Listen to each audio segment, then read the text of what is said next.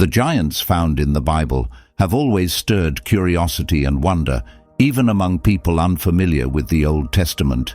These towering figures, once said to roam the earth, remain a mysterious part of ancient stories. But what many don't realize is that these giants were not part of just one group or people. Instead, there were various clans and bloodlines, all tracing back to the Nephilim, beings born from the union between divine sons and human daughters. Each group had its own features and significance in biblical history.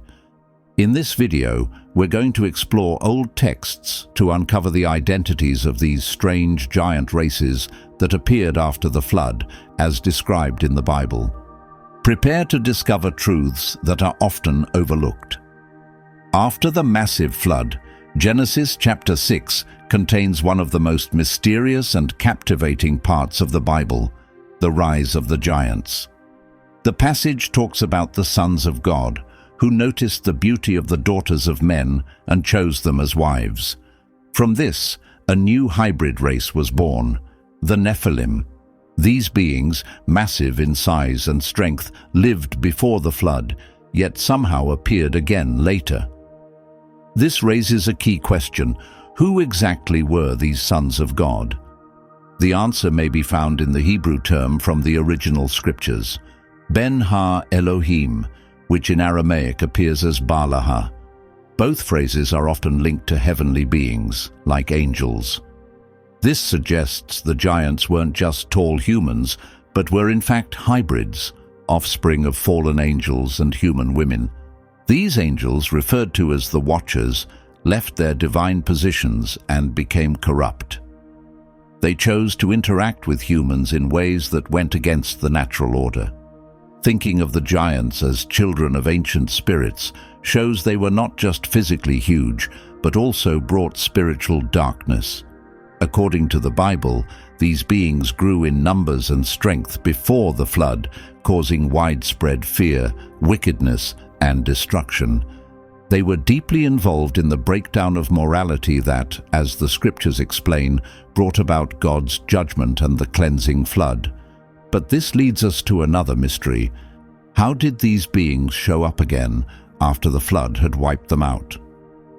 Scholars don't all agree on this, but a common theory is that even though the first Nephilim were destroyed, the fallen angels remained active and continued to influence people. Their involvement didn't end with the flood. Instead, they found new ways to blend into societies, giving rise to more Nephilim in later times. This lasting presence of evil may explain why corruption and spiritual decay returned in different forms.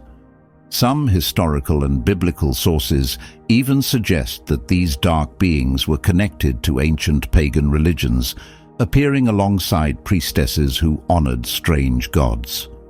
The Bible warns many times that these so-called gods were not just made-up idols, but were in fact evil spirits hiding behind different names, aiming to be worshipped and gain power.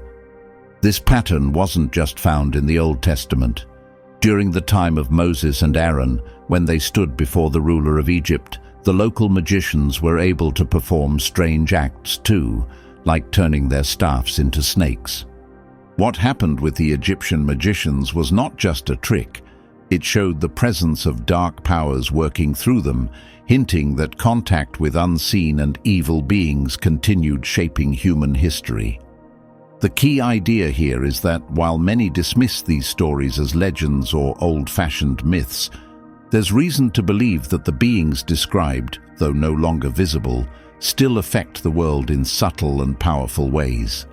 The Nephilim, both before and after the flood, were not just known for their size. They symbolized how supernatural beings could interfere in human events quietly, but with deep consequences. These giants were more than towering figures. They were living proof of a spiritual rebellion. They stood as reminders of the corruption that started when fallen angels united with women, producing a dangerous race of mixed beings. Somehow, these creatures continued to influence human events even after the floodwaters had passed. The Great Flood wasn't the final end of their existence. It was more like a pause. Soon after, another generation of giants emerged, spreading throughout the Middle East and even reaching distant lands. The Bible tells us that these giants became mighty warriors. Some of them created strong kingdoms and became serious threats to nearby nations, including the Israelites. According to Scripture, at least 5 different giant clans lived in this region, covering an area from the eastern Mediterranean to ancient Mesopotamia and even parts of Egypt. These groups settled in lands we now know as Israel, Iraq, Syria, and nearby countries. They built defensive cities and fortresses, turning themselves into powerful obstacles for any army that tried to pass through or take control. One of the most dramatic stories about these giants appears in Numbers chapter 13. In this passage, the people of Israel sent scouts to explore the land of Canaan. But when the spies saw the Anakim, a group of giants feared by many, they were overwhelmed. These figures were so tall and fearsome that the scouts said they felt like tiny insects, like grasshoppers, compared to them. This moment shows more than just physical strength. It highlights the emotional and mental pressure these beings placed on others. The Hebrews, frightened and discouraged, questioned whether they could even move forward with their mission. The report also described how strong and well-organized the people of Canaan were. Their cities were heavily guarded and protected by these giant beings, making it nearly impossible to think of capturing them. The sheer terror brought on by seeing the giants nearly caused the Israelites to give up entirely on their journey to take the land they believed had been promised to them. That fear tells us just how serious this threat was, not only to their physical safety, but also to their faith and determination. These giants were more than warriors. They became symbols of a deeper conflict between divine purpose and dark rebellion, between light and spiritual corruption. The existence of these giants, with their mysterious and supernatural roots, shows that the fight for the Promised Land was more than just a struggle over land. It was a spiritual conflict over who would guide humanity's future. In the next part, we will keep exploring the 5 giant clans found in the Bible, looking at where they came from and what their ancient names reveal. Each tribe of giants had a different story, going far beyond their size, and represented strange powers and spiritual challenges that were hard to fully understand. One of the first and most well-known giant groups in the Bible is the Rephaim. These towering figures are among the most puzzling and feared in the holy texts. Their name is closely tied to themes of death and the afterlife. The word Rapha, the singular form of Rephaim, carries deep meaning, hinting at spirits or forces connected to the realm beyond life. In both Hebrew and Phoenician, Rephaim doesn't just refer to giants, but to ghost-like beings that exist in a space between life and death, almost like shadows that cross into our world. But why did ancient people see them this way? The reason may lie in the story of the Great Flood, a massive event that, according to both the Bible and old legends, wiped out these beings from the face of the earth. These giants had filled the world with fear and chaos before being destroyed by divine waters. Yet after the flood ended, these giants returned mysteriously. How could this happen? Many ancient sources suggest that the fallen angels, those who rebelled against heaven, kept contacting humans. These powerful beings, often treated as gods by early people, came back and once again joined with human women. This led to the birth of new giants, continuing the Nephilim bloodline. The size of the Rephaim was beyond anything known to humans. They were true giants, with sizes that felt otherworldly. A famous example is Og, the king of Bashan, whose massive body was recorded in ancient texts. He was said to be over 15 feet tall and more than 6 feet wide, making him a true giant in every sense. Other Rephaim shared these traits, showing that the entire group was terrifying in size and strength. Their reputation made them feared by all the nearby nations. The next group of giants we'll look at are the Anakim, descended from a figure named Anak. Like the Rephaim, the Anakim were known for their great height and strength, but while the Rephaim's name connects them to death, the meaning of Anakim reveals something more disturbing about their beginnings. Anak was more than just a personal name. It may have come from ancient Sumerian, where the term means sons of those who fell from the sky. This sheds light on the dark origins of this group. It suggests the Anakim were more than just strong warriors. They were direct descendants of beings thought to be sky-dwellers or divine rebels. These otherworldly figures, often seen as fallen angels or gods of ancient belief systems, came down to earth, breaking divine rules and creating a new bloodline of giants. The Anakim, being descended from divine beings, held a direct link to the spiritual realm. This connection gave them not only strength, but also an air of authority over humans. Descriptions of the Anakim in ancient texts highlight their massive size and power. The Bible portrays them as warriors far taller than the average man, ranging from 6 to 10 feet beyond normal height. Some sources estimate they could have reached anywhere from 11 to nearly 14.5 feet tall. Their extraordinary size made them a serious threat. Reports suggest their height could rival or even exceed that of the Rephaim, possibly going beyond 14.8 feet. But it wasn't just their physical might that made them terrifying. These giants carried a supernatural quality, making their presence all the more frightening. Their origin, being descendants of those who fell from heaven, meant they were more than simple fighters. They embodied a dangerous blend of mortal and divine forces, a symbol of disobedience to divine law. Because of this, the Anakim came to represent defiance against heavenly authority. They were a constant reminder that dark powers still roamed the earth, seeking to undo the balance created by God. While the Anakim were feared for their strength and celestial roots, there was another terrifying race that haunted the lands of the ancient Middle East, the Emons. These giants are mentioned in the Bible, specifically in Deuteronomy 2:10-11, where it says, "The Emons once lived there, a strong and numerous people, as tall as the Anakim." This passage is important because it places the Emons on the same level as the Anakim in terms of size, possibly exceeding 13 feet. This comparison suggests that the Emons were also closely related in form and stature to the Rephaim, who were already known for their monstrous height. The name Emons, according to the scholar Rabbi Rashi, can be translated as terrifying or monstrous, a term that spoke not just to their looks, but to the fear they inspired in the hearts of ancient peoples. Their name alone tells us that their power went beyond their size. It was their deeply disturbing presence that truly struck fear. But what really made them stand out wasn't just their appearance, it was their voice. The ancient Jewish historian Flavius Josephus, one of the main sources of information about these giants, described the Emons as having a roar so loud and fearsome that it resembled the sound of a lion. This deep, raw, and powerful sound sent chills through the bravest soldiers, leaving them frozen in terror.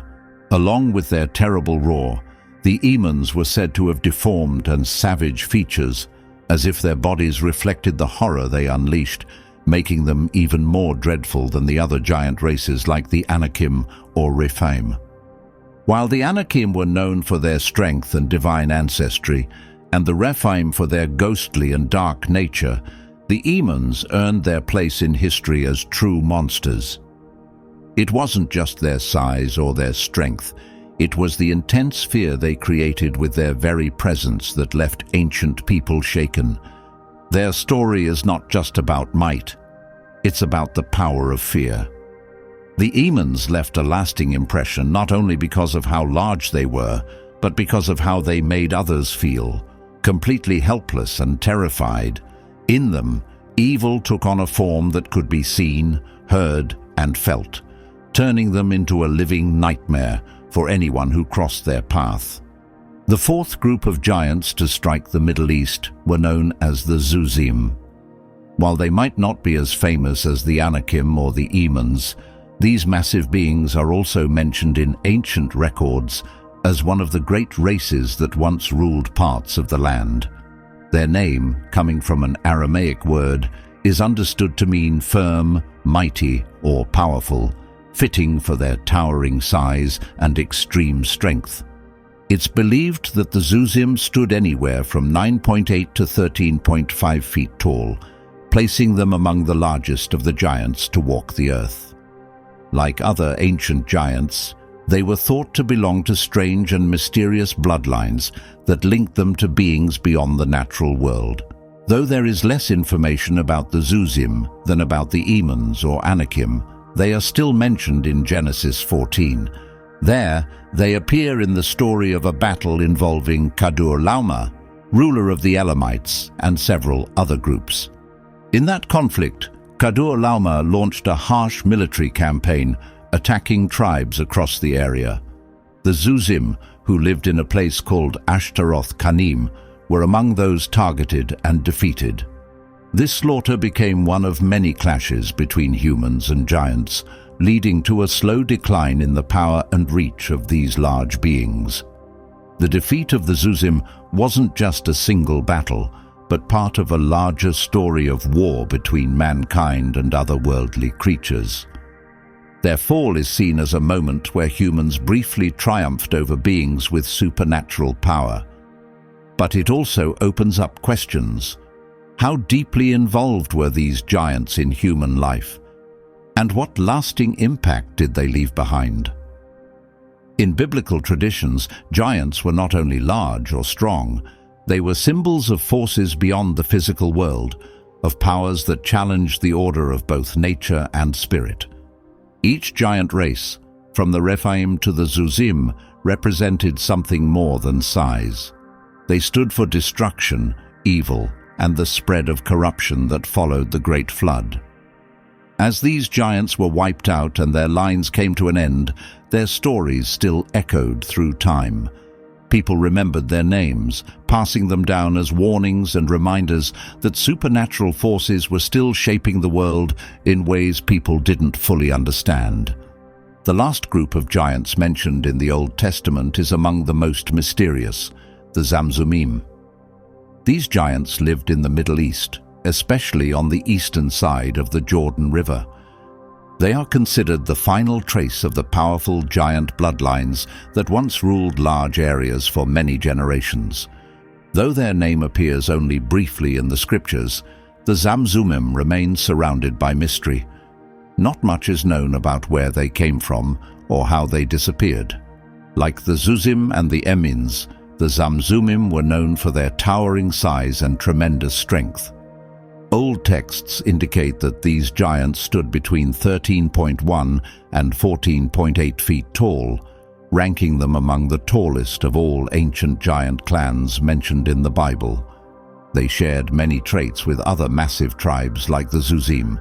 Their overwhelming power and dominant presence made them feared rulers of their lands, and they became one of the last giant groups to exist before fading into extinction. The Zamzummim were known as skilled and dangerous fighters, posing a continual danger to nearby groups. They held control over key regions and exerted power across wide territories, intimidating any people who tried to settle nearby. Yet, as with many stories about giants, history moved forward and left them behind.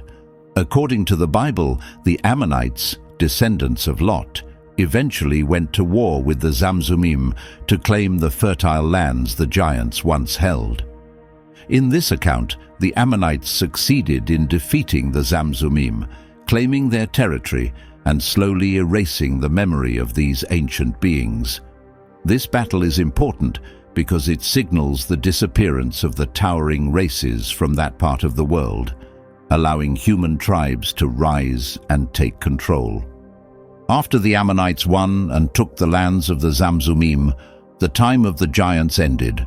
Their fall marked a shift from a world ruled by mighty, supernatural beings to one where people began shaping history.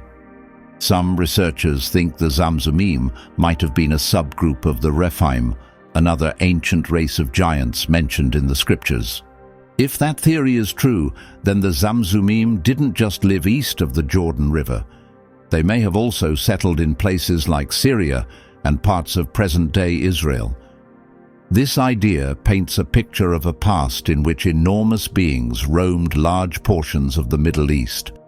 The Zamzumim may have been the last known group of this kind, surviving for a time as both hunters and prey, until they were completely wiped out by smaller but growing human tribes. In addition, some believe that the name Zamzumim is linked to a Hebrew word that means plotters or those who scheme. If so, this would suggest they were not only physically powerful, but also clever and capable of making secretive alliances. This interpretation points to the idea that their defeat wasn't just due to the Ammonites' military strength, but also came through deception and political maneuvering with other groups. With the Ammonites' final victory, one of the last remaining giant clans mentioned in the Old Testament disappeared forever. Though little is known about them, the Zamzumim story echoes the larger theme of a world once filled with giants and supernatural threats. The battles told in the Bible weren't only clashes between armies, they also represented deeper spiritual struggles for control of the world. The downfall of the Zamzumim signaled the close of that ancient and mysterious chapter. Yet the stories of these towering beings still live on, sparking imagination and ongoing interest in the hidden mysterious forces that once shaped early human history. These tales, handed down through generations, continue to captivate historians, spiritual seekers, and those exploring ancient secrets, all hoping to uncover the real truth behind the giants and their role in shaping early societies.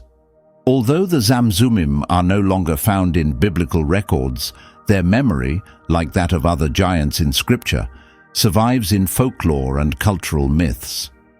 Their story serves as a reminder that, throughout time, humanity has always faced unknown powers from realms beyond. And even if these giants have vanished from our world, their legacy still lingers in the deep corners of human memory, hinting at a time when the world was filled with mysteries beyond our understanding. Thank you for watching this video. I hope you found it interesting. May God bless you, and until next time, take care and see you soon.